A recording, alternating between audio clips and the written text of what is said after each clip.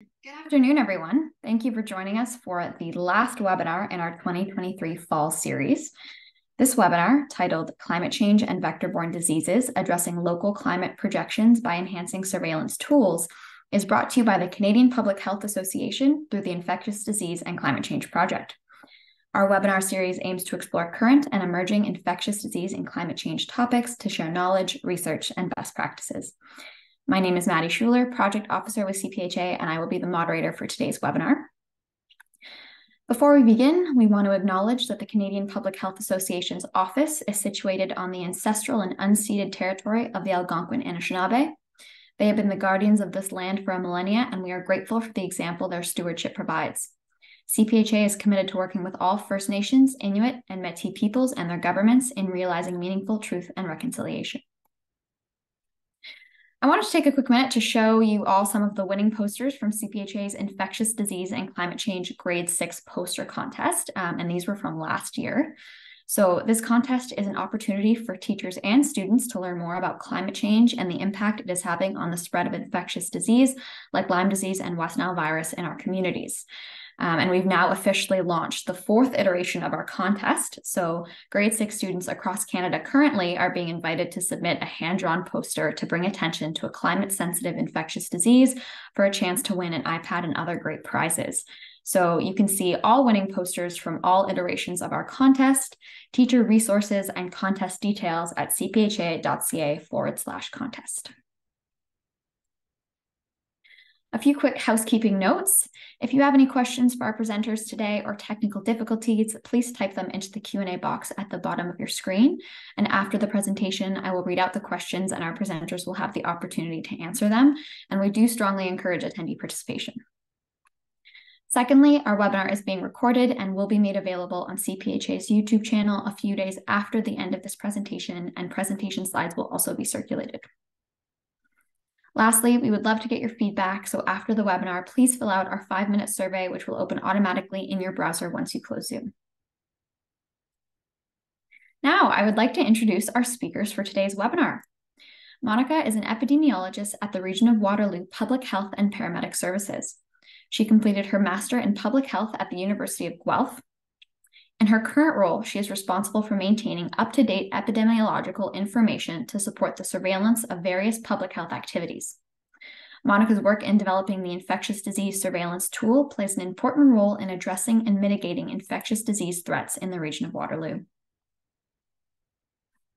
Brandy is a health promotion and research analyst at the region of Waterloo Public Health in the Health Protection and Investigation Division. Brandy has over 10 years of experience with the health unit, planning, implementing, and evaluating health promotion and protection programming, health communications, and policy development at the local level for many of the climate risks identified by Health Canada that will have the greatest impact on the health of Canadians. Her current portfolios include climate change, extreme heat and cold, air quality, vector-borne disease, emergency preparedness, and contaminated sites. Brandy was responsible for leading the development of climate change and health vulnerability assessment for Region of Waterloo Public Health in partnership with Wellington Dufferin Guelph Public Health. Elizabeth is a health data analyst with Region of Waterloo Public Health and Paramedic Services, working on a number of portfolios, including that of infectious disease. She has an Honours Bachelor of Science in Integrated Science and a Master's of Science in Applied Mathematics, and is currently pursuing a Master of Public Health part-time. Elizabeth was a key contributor to the creation of the interactive annual infectious disease report and a similar report used for internal infectious disease reporting. And with that, I will turn it over to our speakers.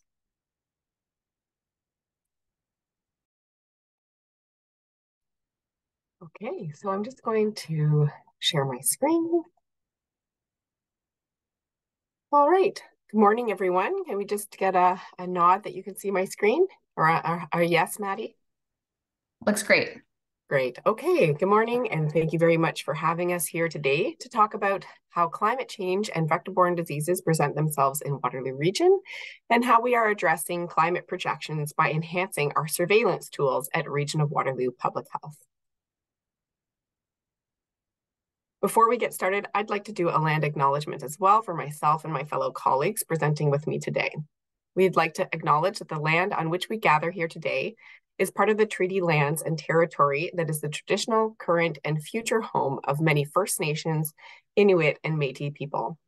My colleagues and I work in Waterloo Region, which is situated on the ancestral homelands of the Haudenosaunee, Anishinaabe, and Neutral peoples. We are grateful for the opportunity to be here with you today and recognize that climate change impacts us all. The information that we share today illustrates the need for adaptation, and an important part of moving forward will be to seek and implement traditional knowledge from knowledge holders in our community. We encourage you all to take the time to research the Indigenous peoples whose land you live and work on, and reflect on the history of colonialism in your area. We all have an important role to play in reconciliation. So today we're going to talk about how climate change and vector-borne diseases communicate together, how our health unit responds to climate change, specifically regarding vector-borne diseases. We're going to share some surveillance tools that we have specific to vector-borne diseases, and we'll highlight some enhancements to our tools. We'll go into some next steps and future directions, and then we'll have some time for Q&A at the end. So first, we'll start by providing a bit of an overview of our climate change and health vulnerability assessment. Just to give you a bit of a background, our climate change and health vulnerability assessment was a joint project that we worked on with Wellington Dufferin Guelph Public Health. Back in 2019, our two health units partnered together to apply for Health Canada's Health Adapt program and were successfully awarded with a grant to support our project over 3 years. The funding was used to hire ICLEI Canada, a consulting firm, who brought Dr. Chris Busey from the University of British Columbia, and together they led the climate change and health vulnerability assessment for our two health units. We completed this project in the spring of 2022 and have developed a suite of products to share the information from within the report. Today, I'm going to be going over a few key highlights, but I encourage you to take a look at our website. There's a link here for you on the slide, to dive deeper into the data and to use the associated products such as our infographics and highlight report to help you in your work, especially if you happen to be local to Waterloo Region or Wellington Dufferin Guelph. We also include all of our methodology in the report in case that might be of interest to you as well. So we focused on climate change and health impacts related to 7 key topic areas. You can see here that we have a chapter for extreme temperatures, ultraviolet radiation, extreme weather, food and waterborne illnesses, air quality, vector-borne and zoonotic diseases, and mental health impacts related to climate change. And in each of these chapters, we share findings related to climate change projections, population level vulnerabilities related to exposure, sensitivity, and adaptive capacity, examples of existing adaptive actions like programs and initiatives, and baseline health impacts related to climate change. So what did we find? In Waterloo Region, we're expecting to see some significant changes in our climate over the next few decades. We can expect to see local weather to be warmer, wetter, and wilder, or more extreme. The information that I'll be sharing in the next few slides can all be found on our climate change projections infographic that you can see here. You can see that we're using the projections based on emissions scenario RCP 8.5, which is the current emissions trajectory that we are on at the present time. In Waterloo Region, we're expecting to see more extreme heat and heat waves. We are also expecting to see an increase of approximately 5 degrees Celsius in the average minimum, maximum, and mean temperatures across all seasons by the 2080s. We can expect an increase in the number of extreme heat days, those over 30 degrees Celsius, and tropical nights, which are over 20 degrees Celsius at night. And where we normally see about 10 days with extreme heat over 30 degrees Celsius per year now, if things continue with current emissions, we can expect over 2 full months of extreme heat by the 2080s. We are expecting more extreme precipitation, including an increase in average rainfall in the winter and spring and a decrease in summer and fall. We can expect more intense precipitation and heavy rainfall events, which increases the risk of flooding. In addition, with increased precipitation in the colder months, we can expect an increase of freezing rain, winter floods, slippery conditions, and flash freeze events. Finally, climate projections are anticipating reduced air quality locally as a result of increasing temperatures, which leads to higher ground level ozone, which has a negative effect on human health. And had this report been completed this year, I can guarantee we'd have a bigger section on wildfires and wildfire smoke impacts as the experiences that we had this past summer in Waterloo Region in Ontario.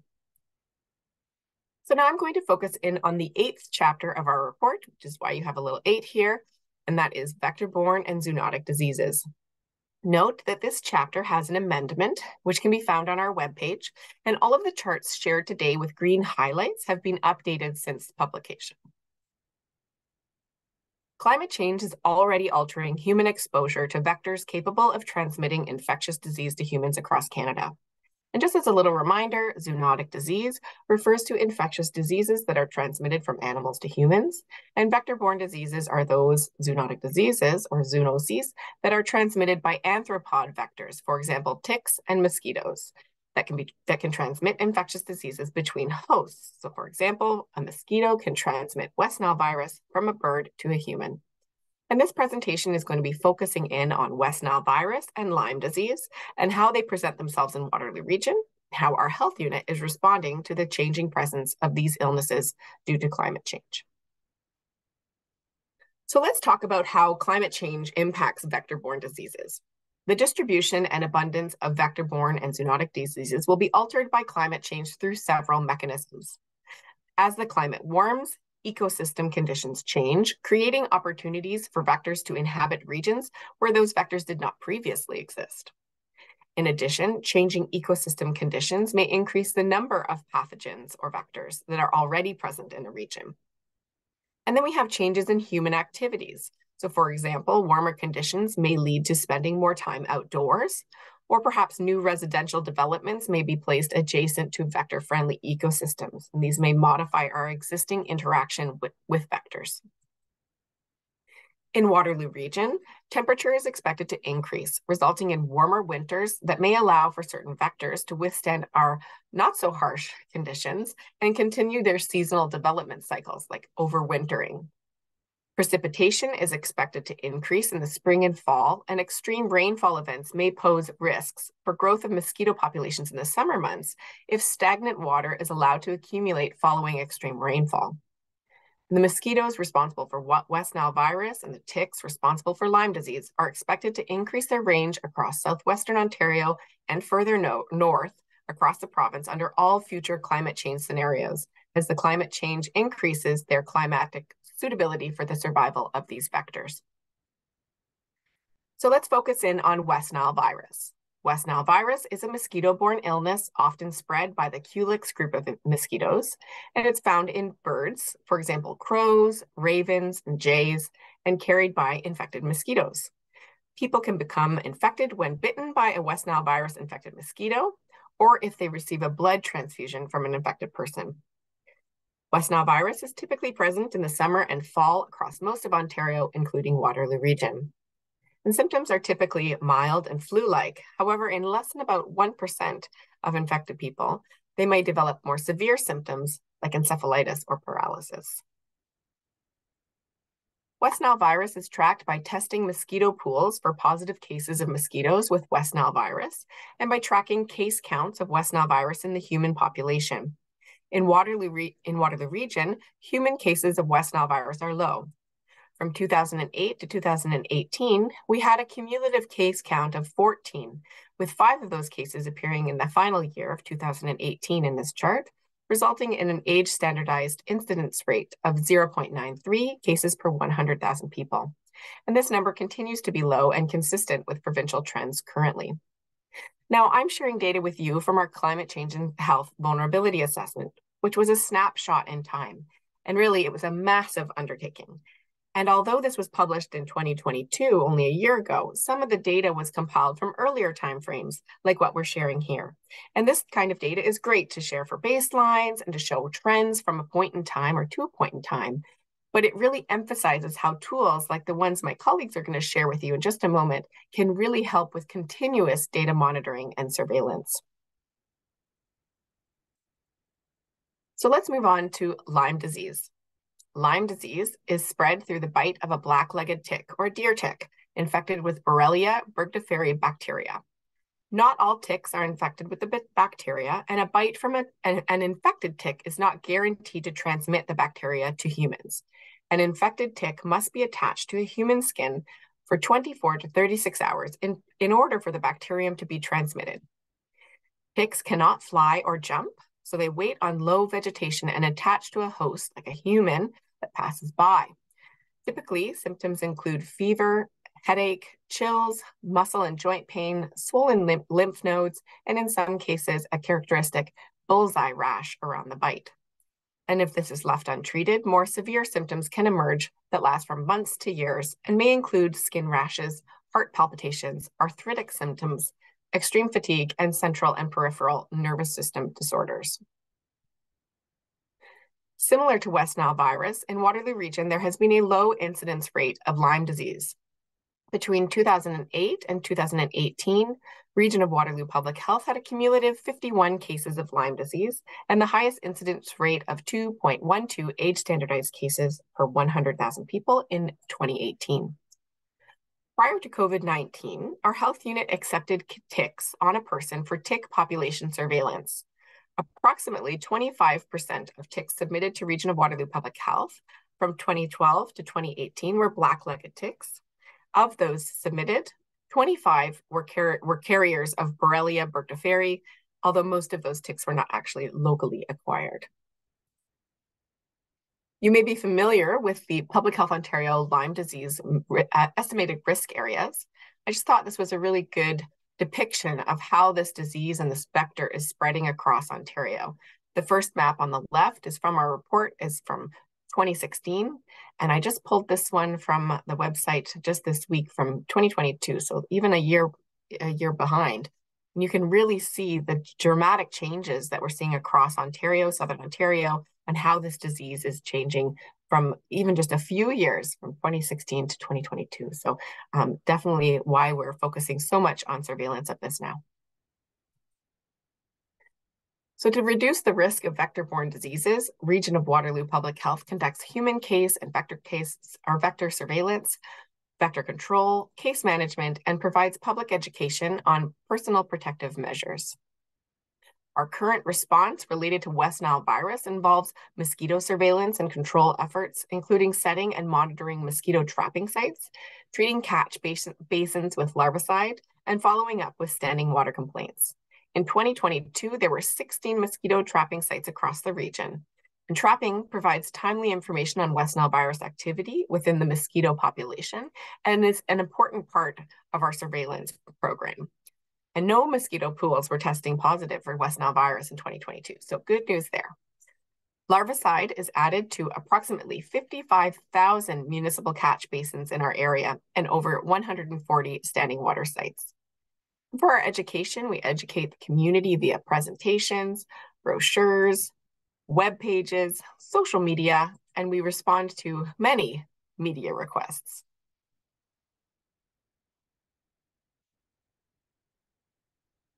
Our current, this is looking a little strange. Does it look strange to everybody else too? Maddie? Yes, it's a little off center. Huh. All right, well, I will read you the slides and you can just listen to my voice. Our current response related to Lyme disease includes monitoring of human disease surveillance, which will be illustrated by my colleagues in a moment. We educate the community and we advise residents to use the free e-tick program to determine if ticks found on a body are black-legged ticks. If the ticks are identified as black-legged, we refer residents to their primary care provider for further assessment. And this has really positively affected the efficiency and timeliness of tick identification for residents. We have a very handy tick identification card that's available on our website, and we share information via social media and media requests, again, quite often. The Public Health will continue to conduct Lyme disease surveillance, education, and case management in 2023, 2024, and onward. But due to the changes in our province because of climate change, our health unit is considering reinstating tick dragging in 2024 based on the fact that we're seeing more cases of Lyme attributed to local acquisition. So we're mapping out these cases and determining the best locations for tick dragging in 2024. So another good example of a change in procedures impacted by climate change is the amendments to the Ontario Regulation 135/18 to add anaplasmosis, babesiosis, and the Powassan virus infection as diseases of public health significance this year. This was effective as of July 1st, 2023, and was in response to reports of emerging tick-borne diseases and an increase in black-legged tick populations around Ontario. Again, due to how the changing climate is becoming more hospitable to these vectors and these diseases. Specifically, these illnesses are particularly linked to black-legged ticks, similar to Lyme disease. So now I'm going to pass things on to my colleague Elizabeth from our epidemiology team to share some of the exciting new tools that our health unit has for surveillance of vector-borne diseases, other infectious diseases, and even these new diseases that are on the rise. Elizabeth? Thank you, Brandy, for starting us off by discussing the climate change and health vulnerability assessment and some of the actions our health unit is taking to address vector-borne diseases in the wake of climate change. So Brandy, I'll just ask that you stop sharing your screen so that I can share my slide.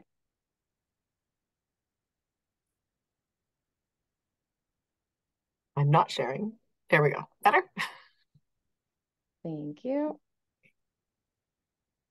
Okay, so now I'm going to move us on to talking a little bit about the surveillance tools we have for infectious diseases, including vector-borne and zoonotic diseases. So before the pandemic and historically, both our internal and external reporting consisted of static PDF reports. In our external reports, they provided trend summaries with some supporting figures for some of the diseases, and we had an appendix that had a summary table with the list of reportable infectious diseases, their counts in Waterloo, their age standardized rates in Waterloo and Ontario, and a comparison between Waterloo and Ontario. A screenshot of the appendix table from our 2018 report is available on the right side of your screen. Our internal report was very similar in that it provided a summary table. The only difference was that we focused mostly only on Waterloo, comparing to the 5-year average as opposed to Ontario, and we refreshed it on a monthly basis to try to pick up some emerging trends. Now, although these static reports allow us to provide written summaries of the trends going on in the region related to various infectious diseases, there are a few limitations with having static reports. First off, like Brandy mentioned, these reports represent a snapshot in time. So this report in particular on the right was from 2018. Now, some of the trend summaries had supporting figures that showed trends over time, but this wasn't present for all diseases. This meant that if you had a specific disease that you wanted to compare to a previous year, you would have to go and find the previous report, have them both open, and do a comparison.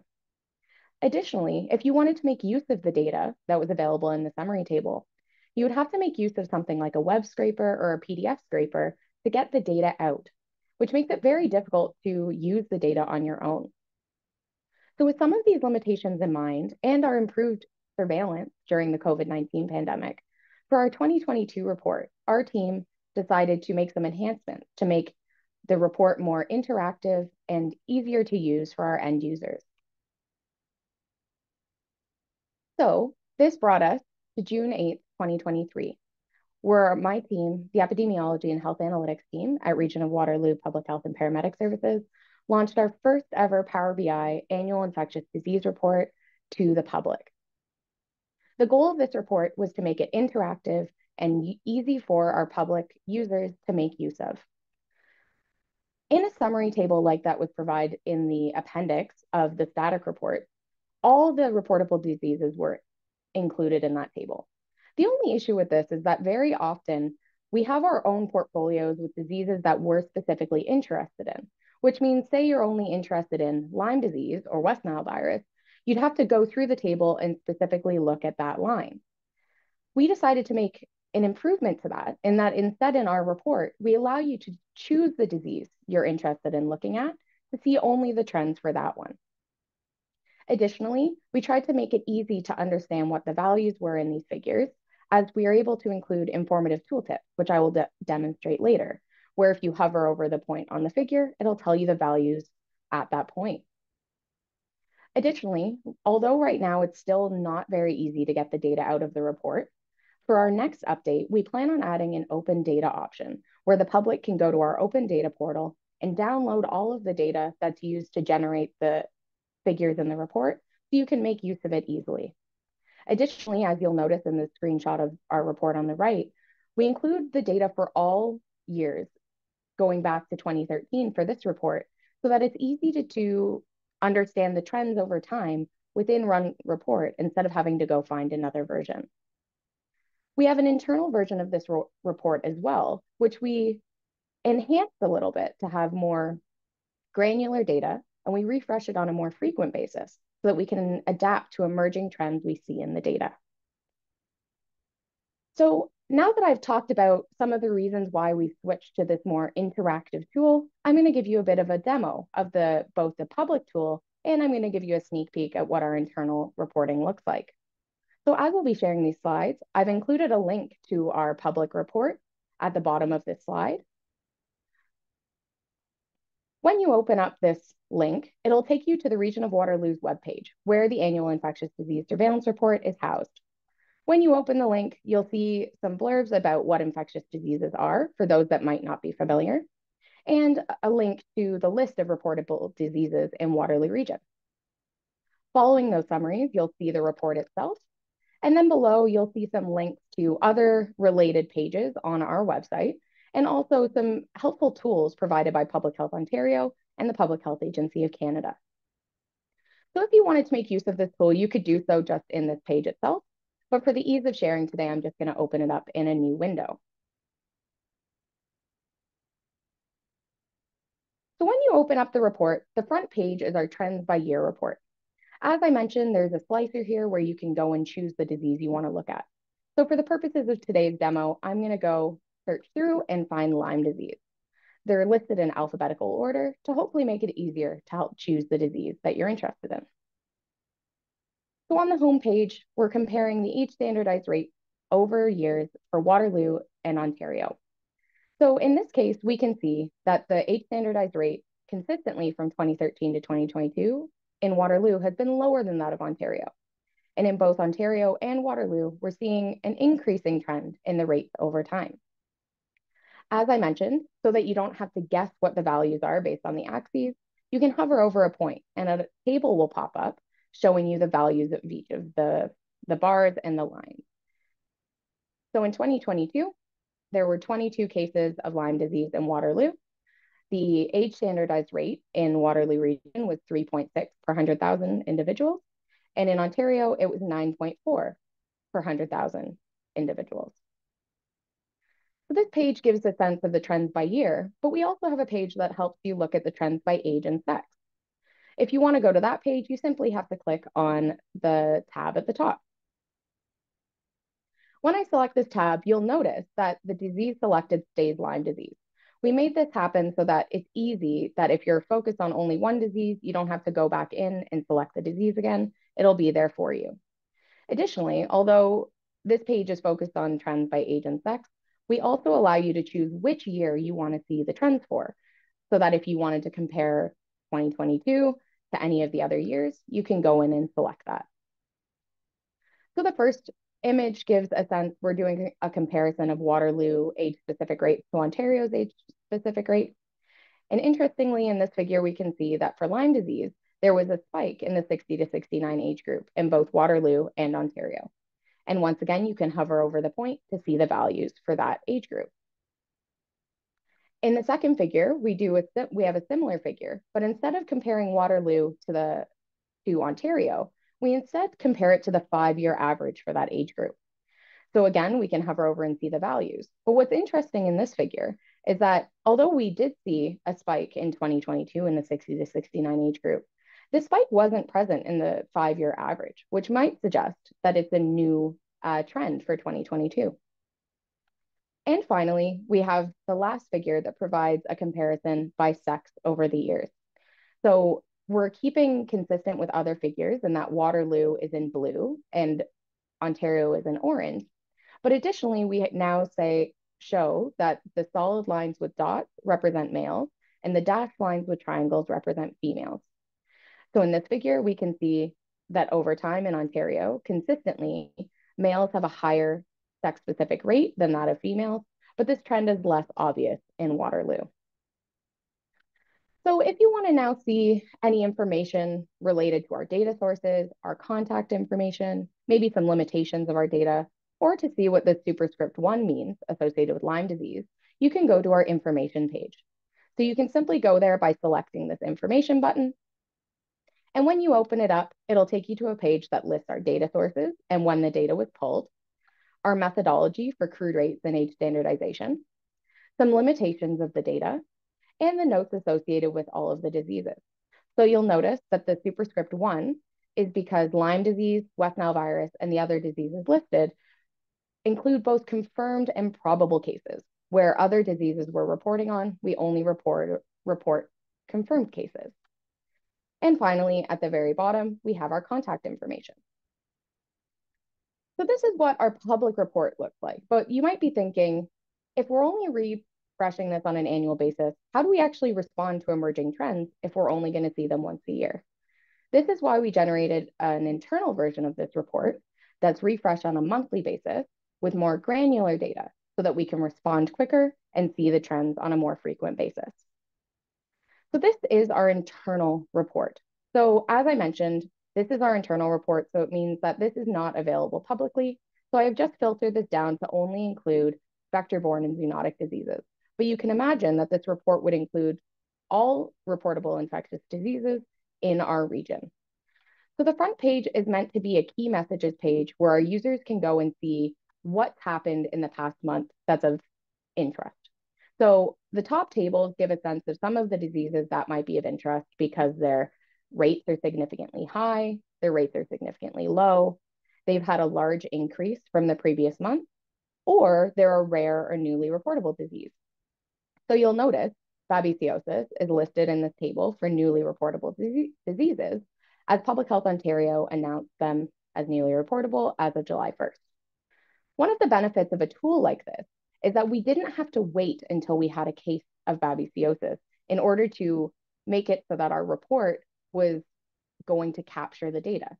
As soon as we were notified that these diseases were being added to our reportable disease list, we were able to make changes on the back end, so there would be no lag in reporting when we had a new case. Any diseases that show in these top tables will then have their counts displayed in the table below so that you can see some of the trends. And if we were to have multiple diseases here, you could choose the disease you want in particular, and it would filter the bottom. But right now, that's not of interest because we're only looking at vector-borne and zoonotic. So then our second tab is the all disease rates. And on this page, we'll be able to see the actual rates associated with any diseases that might have had significantly high or significantly low rates. So on this page, it's going to look a little bit more like the summary tables from the appendix. So we have all of the diseases, but instead of sorting them by highest number of cases to low, we're breaking them down by disease category. So it's a little bit easier for our users to work with. Additionally, you might notice that we have a division slicer up in the top right. This is because in our public health unit, we have a health protection investigation division and an infectious disease division that both have different diseases as part of their portfolio. So this allows our users to be able to filter to see only the diseases that are of interest to them. So in this table, we have the year-to-month rates, or the rate of the cumulative count up to September, and the 5-year average for that same time period.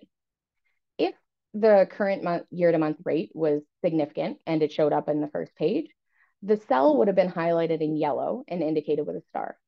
So although Lyme disease did have a higher rate than the 5-year average, because it's not significantly higher, we're not seeing that being flagged. The next page is very similar. The only difference is we're looking at counts and on a monthly basis.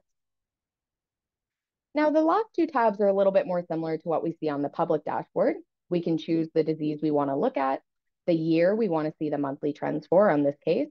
And then we also, like I mentioned, allow our users to select which sex they want to view and which of the age groups. And in this case, we offer the 5-year age groups because we're looking more granular. And the purpose of this page is to see how our current month count compares to previous years, to see if there's any increases that we need to be aware of. And finally, Our last page is similar to the previous, except we're looking at yearly trends. So again, if you choose Lyme disease on the previous page, it'll follow you here. Additionally, if you had chosen a specific sex or age group, it would also follow you to this page. The first image shows the year-to-month counts and rates over the different years. And again, if you hover over it, it'll tell you, for example, in 2022, the year-to-month, their cumulative count up to the end of September was 20 for Lyme disease, and the rate was 3.2 per 100,000, and the 5-year average was 1.7. I'll also note that in this report, we're using crude rates, not a standardized rate, because we're not doing any geographical comparisons. And then the bottom figure is very similar. The only difference is it's just the annual count. So in this one, we would only be displaying data for complete years. So if I had chosen to look up to 2023 up here, we would see the year-to-month counts and rates here, but it wouldn't be displayed in the bottom figure. So this is what our reporting looks like. Now I'll turn it over to Monica to discuss a little bit more about our next steps and future directions. Thank you, Elizabeth, for the demonstration of our surveillance tools. So as highlighted in the presentation, climate-driven changes to temperature and precipitation are known to affect the risk of vector-borne disease transmission. Climate change is modifying range distributions of disease vector that participate in the transmission of pathogens from ticks and mosquitoes to humans as climate suitability for vector change. The expansion of the area where the vectors can thrive, not only an increased risk of sporadic vector-borne diseases, but also an increased likelihood that these vectors and the diseases that they can carry can become endemic.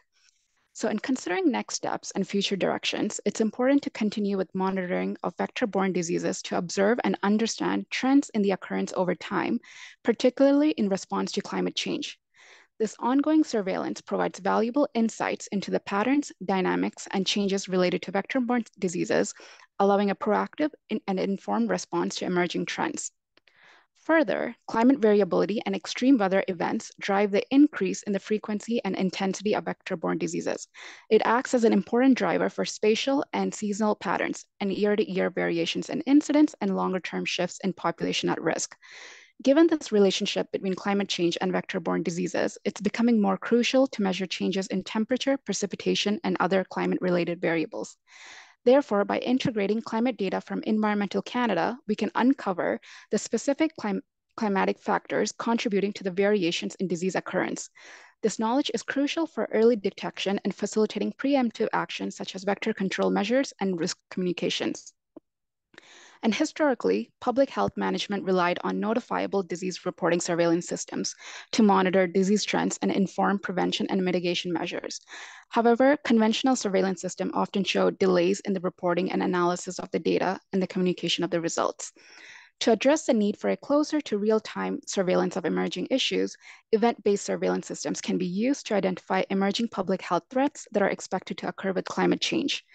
The event-based surveillance systems use a variety of open source internet data, such as official reports, media reports, and social media to identify early warnings of disease threats. So these systems have been proven to be more timely in comparison with conventional surveillance data sources from lab or from hospitals, and can be used in conjunction with conventional surveillance systems to enhance early warnings of public health threats. So an example of this would be the Global Public Health Intelligence Network that was developed by the Government of Canada in collaboration with the World Health Organization. So they search and identify open source internet data for health-related concern and report on health-related threats that are then communicated through email.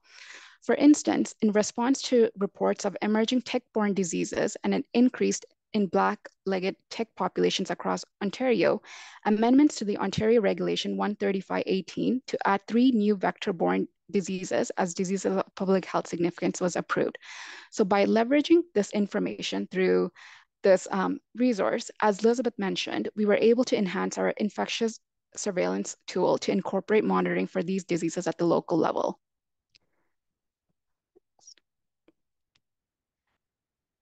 So this concludes the end of our presentation, and we hope the perspective from a public health unit lens has provided valuable insights in addressing the intersection of infectious disease and climate change, and the showcase tools have demonstrated their effectiveness in monitoring trends, detecting changes, and adapting to evolving public health threats.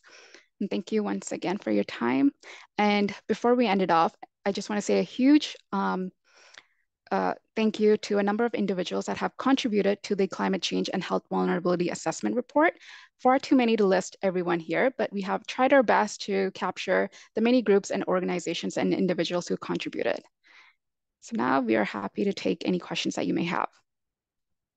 Wonderful. Thank you so much for that really engaging and interactive presentation.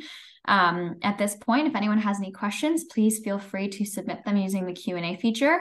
I know sometimes individuals raise their hand, but it's quite hard to see and then kind of mute and unmute. So please use the Q&A box. And I do think quite a bit of questions have come through. So I will try my best to keep them region specific. But does your surveillance incorporate animal health surveillance data, for example, for West Nile virus or Lyme disease tick submissions, which can inform human health risk and act as sentinel surveillance? I'll take that one. Okay. Oh, do you want to add? Go, Monica, go. I was just going to, probably I'll let Brandy go first and then we can add on to it. Sure, yeah. So for mosquito-borne diseases, we do have active mosquito surveillance through our tick trapping and mosquito trapping.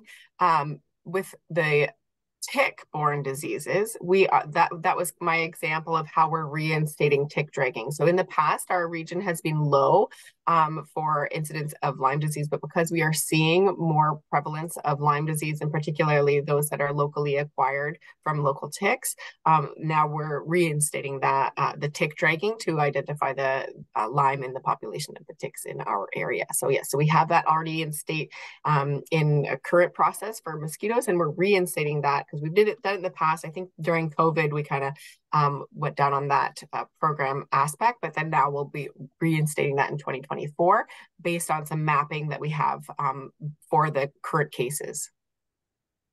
And Monica, did you want to add to that? Sure, I can add. So we are also actively exploring the possibility of incorporating this data into the surveillance tool that Elizabeth showed earlier, so we can understand how how it can help with understanding the human health risks. So we are looking into it internally.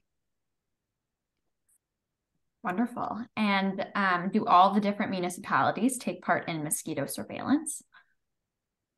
So in region of Waterloo, we're a regional municipality, a two-tiered municipality. So we in the region of Waterloo Public Health captured the whole geographical area of Waterloo region. So the local municipalities, they wouldn't be responsible for the mosquito or for any of this programming. They may have additional programming, and I'm sorry I don't have that information with me right now, but this is the responsibility of the region, so it's covered for the whole Waterloo region, which consists of 3 cities and 4 townships. Okay, good to know.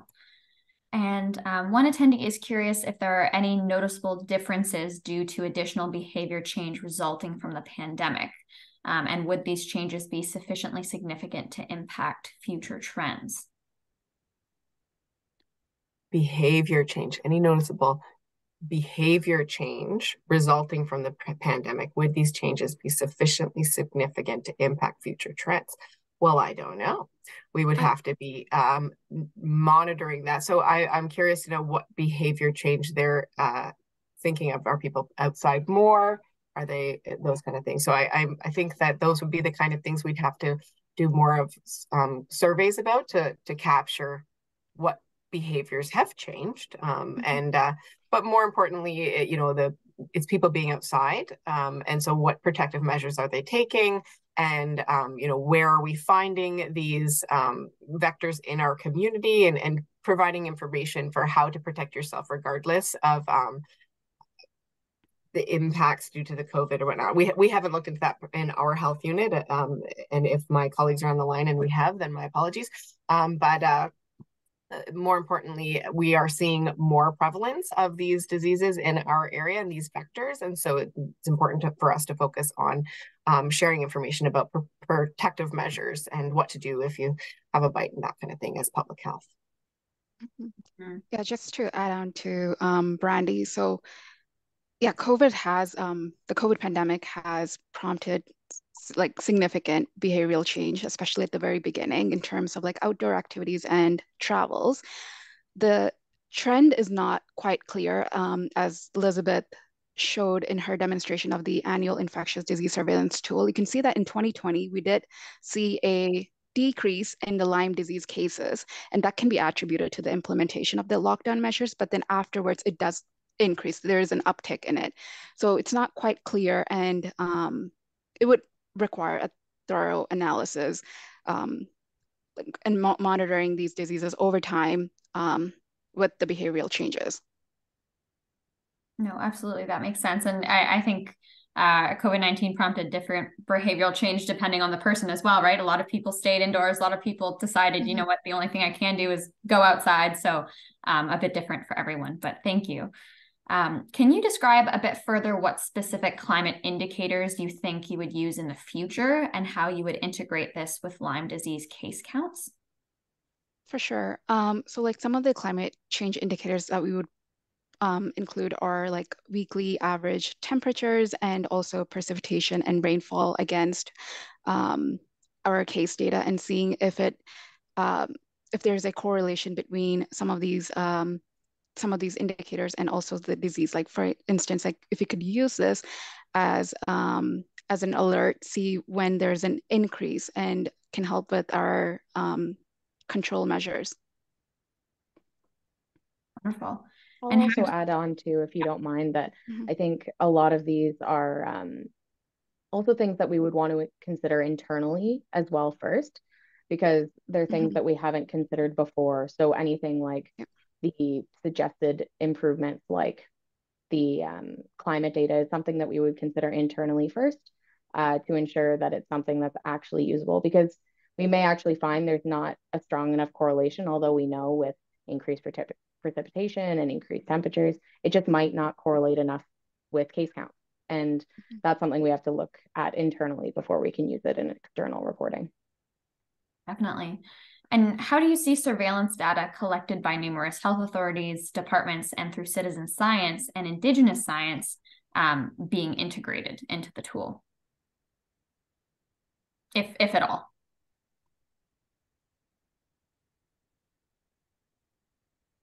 So yeah, so what data would this include from, like, so for example, like the citizen science and Indigenous service, would this include data related? It's a good question. I'm sure. I don't know, Eric, if you want to clarify any of the surveillance or the data that you're describing, but yeah, curious if you're pulling from a whole bunch of different directions, including, I know sometimes some regions have where citizens mail in, I think, mosquitoes or ticks, or send in pictures, that kind of citizen science, if that's pulled at all.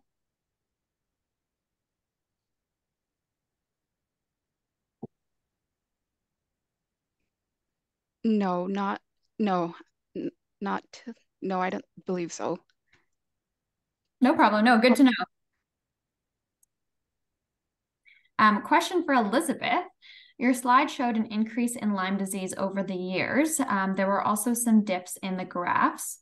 What could cause a decline in cases? So I think Monica touched on this a little bit. I know that, so for 2020, like we said, it could be related to changes in behavior due to lockdowns. It could also be, again, this is something we would have to look into more in depth, because it's really just speculation at this point. I don't have supporting data for it, but it could also be related to climate. So I think adding supporting data and doing some more analysis on our end could help determine why these things are happening. Definitely. And how long did it take to go from the static online reports to the current Power BI reports from the time of inception to full public release? Was it 6 months, a year? And how much staff time is devoted per month to keep the internal and external pages up to date? Great question, Stefan. So I can speak to that. So we started by transitioning our internal reporting first. And I will mention, so I was the analyst in charge of working on that piece. And that did take quite a quite a bit of time. We actually had a student working on it, and then it got transitioned over. So I think I'm going to say I started working on it last, I think it was last September or November, October, around the fall of last year. And our internal one was able to go public, I believe, in May of this year. So it took quite a long time to get that set up. But the benefit of setting the internal reporting up is they actually use the same backend data source. The only difference with our public reporting is that we pull in the Ontario data. So once that was set up, it was mostly just a matter of creating the report for the public one and setting up a procedure for in how we pull from the Ontario data source. So I would say probably about 6 months to a year, depending on how you're getting your data, how manual it is to start. But now that they're ready, so our monthly refresh actually only takes, if there's no issues with the backend data, like no data quality issues, I would say it probably only takes about an hour once a month. The annual refresh for the public dashboard, again, we've only done it once, so it's probably going to be different than the first time. But it's kind of a process because we have to make sure that the data cleaning is done first. Then we have to pull the Ontario data, which is actually quite time consuming. And we actually use all of our analysts together pulling all of the data because it's quite manual, which is one of the reasons why we don't have it in the internal report. But at least for the internal reporting, once it's set up properly, it doesn't take too much time. Yeah. Oh, that's good to know. And I guess that slightly relates to a question I had, which was, do you guys have any advice for maybe others looking to develop an interactive surveillance tool such as this one? Because I know a lot of public health units or a lot of public health professionals do tune into our webinars. So any advice for them looking to do something similar? I would say definitely if your organization is starting to move towards either Power BI or use another system, I would say make use of, at least we did, our IT partners. They were very instrumental in helping us make sure the backend data was set up properly, which is actually incredibly important for how easy it is to build the report itself. And then once we were set up properly, it made everything move a lot smoother. So I would say make sure you consider the people that it's their specialty. And then also just make sure you allocate the time because it's tedious, and also make sure you have lots of time for getting upper level management approval because especially with something that's going public, it typically has to go through many layers of approval for what visuals you choose to the language you're using to the labels, right? So I think making sure you allot a significant amount of time to do it, but it really is great in the end once it's all set up. Mm-hmm. And maybe you don't know, but is this information on your tool different from what's available on the Public Health Ontario ID trends page? Not sure if. So I can actually speak to that. So I will mention that. So the link that Susan has shared, that takes you to the infectious disease trends in Ontario. The biggest difference right now is just that ours is more recent. So you'll notice that currently that data is only current to 2021, but our data sources are the same for the back-end case data. The one thing I will mention though is you might notice a difference in the rate, and that's simply because of a difference in population source. But if you ever notice that there are counts misaligning with our report, I'm sure we looked into that, but if you notice the counts don't align, let us know because we are using the same sources. So at least the counts should be identical. Right. I might just add too that that a nice difference too is the ability to see the Ontario population data at the same time as the regional Waterloo data to see where we're at. So that's a nice feature of our report as well. Yeah, definitely. And is there, I guess, like an evaluation plan, whether that's for the internal one or externally, like the public being able to evaluate? Is there any plans for evaluation of the tool at all? So we do meet with our internal partners and we do an internal evaluation of the tool. So like the one that Elizabeth showed, the infectious disease, the monthly version. So we are meeting with our internal staff and then adapting the tool to include spatial trends in the future. Wonderful. But I think for the public tool, we provide our contact information because we're always welcome to improvements. If we're seeing lots of people need some sort of other information and it's something we didn't consider before, it's definitely something that we can take in. So I highly recommend that if you have suggestions or if you see any issues or anything, just feel free to contact. But because annually we have lots of time to be able to make any changes if they get approved internally. The big one coming is going to be the open data, which hopefully the public will be able to make use of. Yeah, wonderful. And it's great that the contact information is there as well. And I guess somewhat relating to evaluation, what kind of web metrics are you seeing on your page, if that's tracked at all? So we haven't tracked the web metrics for the annual infectious disease surveillance report. But we could have a look and then we'll can get back to you though.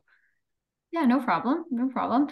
Does the data or tool include any information related to general point of origin for specific disease-carrying species or vector-borne disease variants? Is this something that would be included potentially for the future surveillance?